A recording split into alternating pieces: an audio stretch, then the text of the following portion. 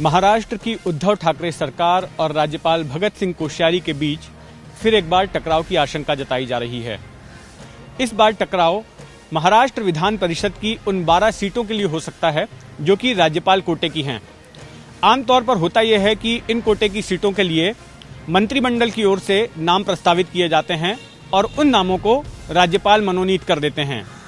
लेकिन जिस तरह की कड़वाहट हाल के वक्त में ठाकरे सरकार और राज्यपाल के बीच में नजर आई है, उसको देखते हुए ये लगता नहीं कि राज्यपाल आसानी से इन नामों को मंजूरी दे देंगे।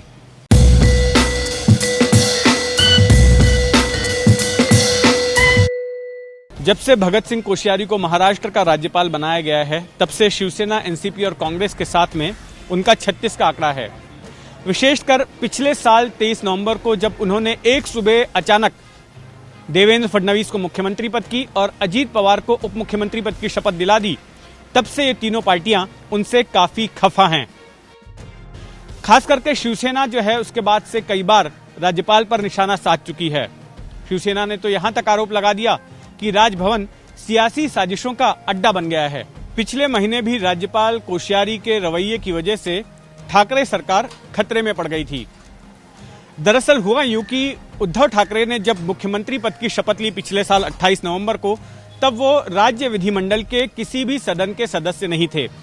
संवैधानिक तौर पर 6 महीने के भीतर उन्हें या तो विधानसभा का सदस्य बन जाना चाहिए या फिर विधान परिषद का। शिवसेना ने सोचा कि विधान परिषद का उन्हें सदस्य बना दिया जाएगा, लेकिन इस बीच में आ गई कोरोना की महामारी।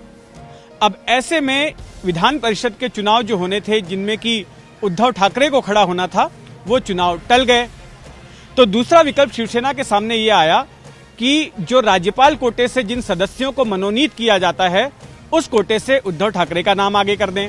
और किया भी ऐसा ही गया। कैबिनेट की ओर से उद्धव ठाकरे का नाम राज्यपाल कोश्यारी के पास में भेज दिया गया कि आप इनको मनोनीत कर दीजिए ताकि ये विधान परिषद के सदस्य बन जाएं। लेकिन राज्यपाल ने उस पर कोई फैसला नहीं लिया। मामला टलता रहा और आखिर में 28 मई की तारीख, जब 6 महीने पूरे हो रहे थे, वो बेहद नजदीक आने लगी और ऐसा लगा कि अगर इसके पहले ठाकरे किसी एक सदन के सदस्य नहीं बनते हैं तो फिर उन्हें इस्तीफा देना पड़ेगा और सरकार गिर जाएगी। लेकिन इस बीच में हुआ ये कि राजनीतिक पार्टियों की ओर से की गई गुजारिश पर चुनाव आयोग ने फैसला लिया और विधान परिषद का चुनाव करवा दिया, जिसमें कि उद्धव ठाकरे ने अपना नामांकन पत्र भरा और वे विधान परिषद में मनोनीत कर दिए गए और इससे उनकी सरकार बच गई। इसके बाद यूनिवर्सिटी की परीक्षाओं को रद्द करने के राज्य सरकार के फैसले का भी राज्यपाल कोश्यारी ने विरोध किया। इस बीच में हुआ ये कि बीजेपी के नेता नारायण राणे कोविड महामारी पर चर्चा करने के लिए राज्यपाल से मिलने राजभवन चले गए। वहां से बाहर निकले तो उन्होंने एक बयान दे दिया। बयान में कहा कि सरकार का नियंत्रण जो है इस बीमारी से निपटने के लिए खत्म हो चुका है और ऐसे में महाराष्ट्र में राष्ट्रपति शासन लगा दिया जाना चाहिए। उनके इस बयान ने सियासी हलकों में खलबली मचा दी और ये चर्चा होने लगी कि क्या फिर से एक बार बीजेपी अटेम्प्ट कर रही है कि ठाकरे सरकार को गिरा दिया जाए। कुछ दिनों तक ये मामला गर्म रहा, लेकिन फिर इसके बाद एक प्रेस कॉन्फ्रेंस में देवेंद्र फडणवीस ने यह साफ किया कि सरकार गिराने का उनका कोई इरादा नहीं है। ये सरकार खुद अपने अंतर्विरोध के चलते गिर जाएगी, क्योंकि ये 3 अलग अलग पार्टियों की सरकार है, विपरीत विचारधाराओं वाली पार्टी की सरकार है। अब राज्यपाल और ठाकरे सरकार के बीच ताजा टकराव उन 12 विधान परिषद की सीटों के लिए हो सकता है जो कि राज्यपाल कोटे की हैं। इन सीटों पर ऐसे लोगों को नियुक्त किया जाता है, मनोनीत किया जाता है, जो कि किसी न किसी क्षेत्र में प्रोमिनेंट रहे हों, उन्होंने अपना नाम कमाया हो, कला संस्कृति के क्षेत्र में, समाज सेवा के क्षेत्र में। ऐसे लोगों के लिए ये सीटें होती हैं और राज्यपाल इन सीटों पर उनको मनोनीत करते हैं।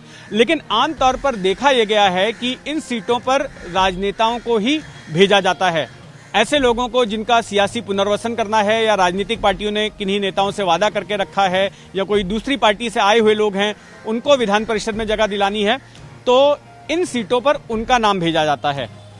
अब ये 12 सीटें हैं जो कि शिवसेना, एनसीपी और कांग्रेस इनको आपस में बांटेंगी और अपने अपने नाम जो है कैबिनेट के थ्रू राज्यपाल के पास में भेजेंगी। अब जो चर्चा है वो ये है कि क्या राज्यपाल इन नामों को अपनी मंजूरी देंगे। खबर यह भी आ रही है कि इस बात की स्क्रूटनी की जाएगी कि जिन नामों को भेजा जा रहा है क्या वाकई में वो कला, संस्कृति या समाज सेवा जैसे क्षेत्र में प्रोमिनेंट व्यक्ति रहे हैं। एबीपी न्यूज आपको रखे आगे।